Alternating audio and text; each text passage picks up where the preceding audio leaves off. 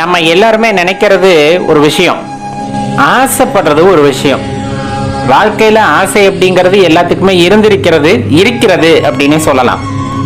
நான் விருப்பப்படுற விஷயம் நடக்க மாட்டேங்குது அப்படிங்கிற ஏக்கம் எல்லாத்துக்குள்ளேயுமே இருக்கும்.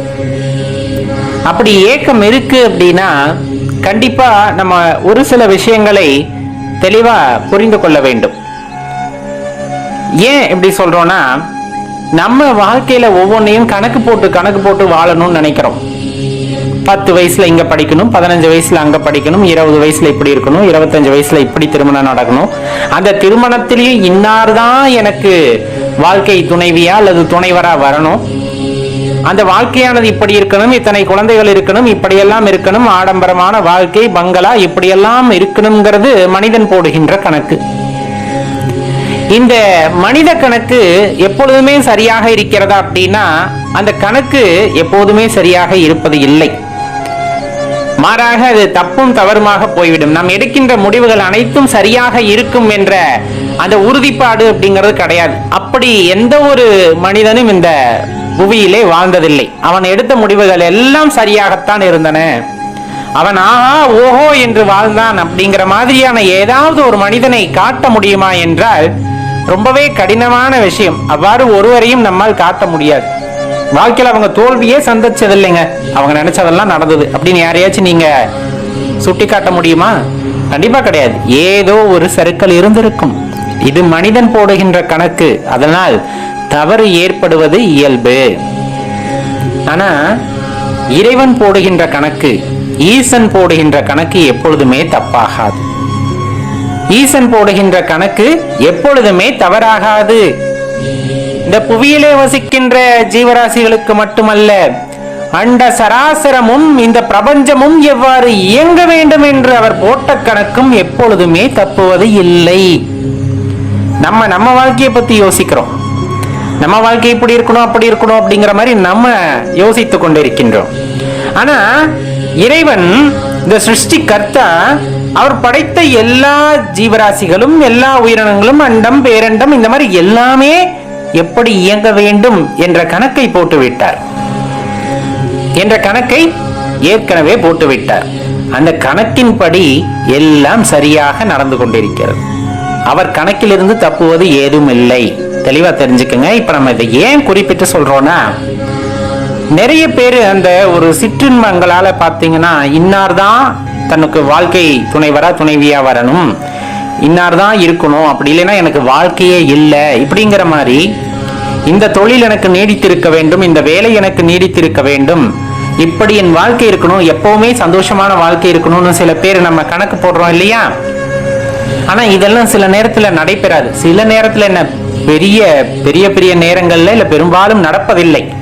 அதுக்காக உடனே நம்ம ஆட்கள் எடுக்கிற படிப்பு கடவுள் இருக்கிறாரா அப்படின்னு ஒரு கேள்வியை கேட்டுருவாங்க.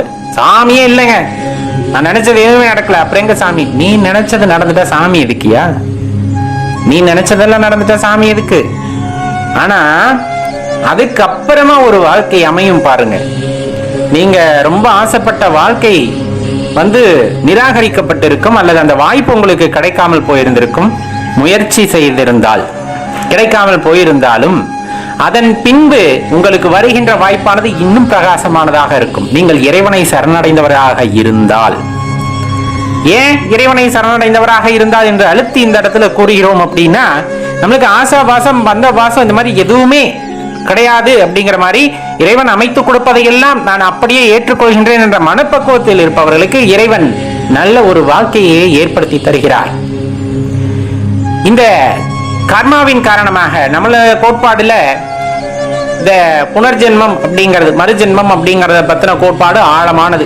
கர்மா தொடரும். நான் இப்ப செய்யறேன் அப்படின்னா அது ஏதோ ஒரு பிறவியில் நான் அனுபவித்து ஆக வேண்டும் அப்படிங்கிறது கர்மான்னு வச்சுக்குங்க. அப்ப இன்னைக்கு நான் கஷ்டப்படுறேன் அப்படின்னா இதுக்கு காரணம் இறைவன் அல்ல. உனக்கான வாய்ப்பை இறைவன் கொடுத்திருக்கிறார். அதை நீ சரியாக பயன்படுத்திக் கொள்ளாமல் செய்த தீவினைகளின் காரணமாக அதை கழிப்பதற்காகவே இந்த பிறவியை எடுத்திருக்கிறாய். இவ்வளவு தெரிந்ததுக்கு அப்புறமும் இப்படி எல்லாம் தப்பு செஞ்சா நமக்கு ஏதோ ஒரு இடத்துல பாதிப்பு வருது. அது இந்த பிறவிலேயே சில பேருக்கு கிடைச்சிருது. சில பேர் ரொம்ப அதிக பாவம்னா அது அடுத்த பிறவியிலிருந்தே ஆரம்பிச்சிடும். பிறப்புல இருந்தே அந்த கஷ்டமானது ஆரம்பிக்கிறது. ஏன்னா கழிக்க முடியாத பாவம் அப்படிங்கும் போது இந்த பிறவியில் இன்னும் கொஞ்ச நாள் தான் உன் வாழ்க்கைனா இப்ப அந்த கஷ்டத்தை கொடுத்து என்ன பண்றது? அப்ப இன்னொரு பிறவி அதற்கு தகுந்த மாதிரியான பிறவிகள் அமைய பெறுகின்றன. இத்தனை ரகசியங்களையும் தெரிந்து கொண்ட பிறகும் கூட ஒரு மனிதன் தன் கர்மாவை கழிக்க வேண்டும் என்ற எண்ணம் இல்லாமல் மேலும் மேலும் தீய கர்மாக்களை சேர்த்து கொண்டே போனால் பிறவி என்பது அறுக்கப்படாது, மீண்டும் மீண்டும் பிறவியே கொடுக்கப்படும். ஏன்னா இந்த கர்மாவெல்லாம் கழியணும். நல்வினையாகட்டும் தீவினையாகட்டும் ரெண்டுமே களைஞ்சாகணும் பிறவி அறுக்கப்பட வேண்டும் என்றால். அதன் பொருட்டே ஈசனாகப்பட்டவர் கணக்கை போடுகிறார் ஒவ்வொரு ஜீவராசிக்கும். எங்க நம்ம வீட்டுல இருக்க 4 பேத்துக்கு நம்ம கணக்கு வழக்கு பார்க்க முடியல. அதே ஒரு பஞ்சாயத்துல அந்த பஞ்சாயத்து தலைவர் ஊர்ல இருக்க பிரச்சனை எல்லாத்தையும் தீர்க்க முடியாது. நீ இப்படியே போனோம்னா எடுத்துங்களேன், ஒரு நாட்டோட பிரச்சனையே ஒரு பிரதம மந்திரியால முழுசா தீர்க்க முடியல. இப்படி எல்லாத்தையும் நம்ம எடுத்துக்கிறோம். பார்க்கும்போது சின்ன சின்ன விஷயங்களை கூட நம்மளால செய்ய முடியல. அப்படிங்கும் போது இந்த பிரபஞ்சத்தின் இயக்கத்தை முன்னரே தீர்மானித்து எல்லாம் இவ்வாறுதான் நடைபெறும் அப்படிங்கிற கணக்கை போட்டு வச்ச இறைவன் எப்படிப்பட்டவராக இருப்பார்? ஈசன் எவ்வளவு பெரியவராக இருப்பார்? பெரியவரெல்லாம் சொல்ல முடியாது, அதெல்லாம் ஒப்புமை, அப்படிலாம் சொல்லவும் கூடாது. அப்ப எவ்வளவு ஆற்றல் படைத்தவர் என்பதை எண்ணி பாருங்கள். அவர் போடுகின்ற கணக்கு தப்பாகுமா? அற்ப மானிடர்களாகிய நாம் போடும் கணக்கு வேணால் தவறாகலாம், ஆனால் ஈஸ்வரன் போடும் கணக்கு எப்பொழுதுமே தவறாவது இல்லை. வாழ்க்கையை வருகின்றவாறே ஏற்றுக்கொள்ளுங்கள். எப்படி வாழ்க்கை அமைகிறதோ, சரணடைந்த பிறகு எல்லாம் இறைவன் என்று நீங்கள் ஏற்றுக்கொண்ட பிறகு எந்த மாதிரியான வாழ்க்கை சந்தர்ப்பங்கள் உங்களுக்கு ஏற்படுகிறதோ அதை அவ்வாறே பயன்படுத்திக் கொள்ளுங்கள். ஆனால் முடிவு உங்கள் கையில். எல்லா சந்தர்ப்பங்களும் உங்களுக்கு ஏற்படுத்தி தரப்படும். அதை தேர்ந்தெடுப்பதும் அதை நிராகரிப்பதும் அதனால் ஏற்படுகின்ற விளைவுக்கும் நீங்கள் காரணமாக இருப்பீர்கள். அவ்வளவுதான். ஒரு நல்ல வாய்ப்பு ஏற்படுகிறது, உங்களை உணர்ந்து கொள்வதற்கு ஒரு நல்ல வாய்ப்பு ஏற்படுகிறது. மறுமுனையில் ஒரு ஆடம்பரமான வாழ்க்கை ஏற்படுகிறது. இந்த ரெண்டும் உங்கள் முன்னால் இருக்கும். இதில் இதை நீங்கள் தேர்ந்தெடுக்க போகிறீர்கள். இதில் எதை நீங்கள் தேர்ந்தெடுக்க போகிறீர்கள் என்பது பொறுத்து தான் உங்களது வாழ்க்கையோட அடுத்த கட்ட பயணம் அப்படிங்கிறது இருக்கும். இது மாய வலைப்பின்னல் போல இந்த வாழ்க்கை. என்னதான் கர்மா அப்படின்னு சொன்னாலும் அதுல பெரும்பகுதி நம்மளை தொடர்ந்து வந்தாலும் அடுத்து நீ எடுக்கக்கூடிய முடிவு அப்படிங்கிறது உன் வாழ்க்கையை தீர்மானிப்பதாக இருக்கும்.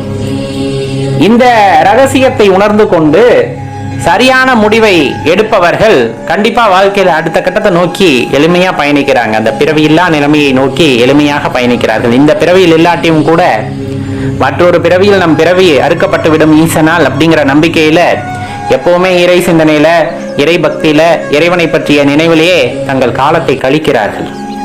கண்டிப்பா ஒரு நாள் இல்லாட்டி ஒரு நாள் இறைவனுடைய கருணை பார்வை அவர்கள் மீது பட்டு அவர்களை இறைவன் தன் பாத மலர்களிலே ஓய்வெடுக்க வைத்து விடுவார்.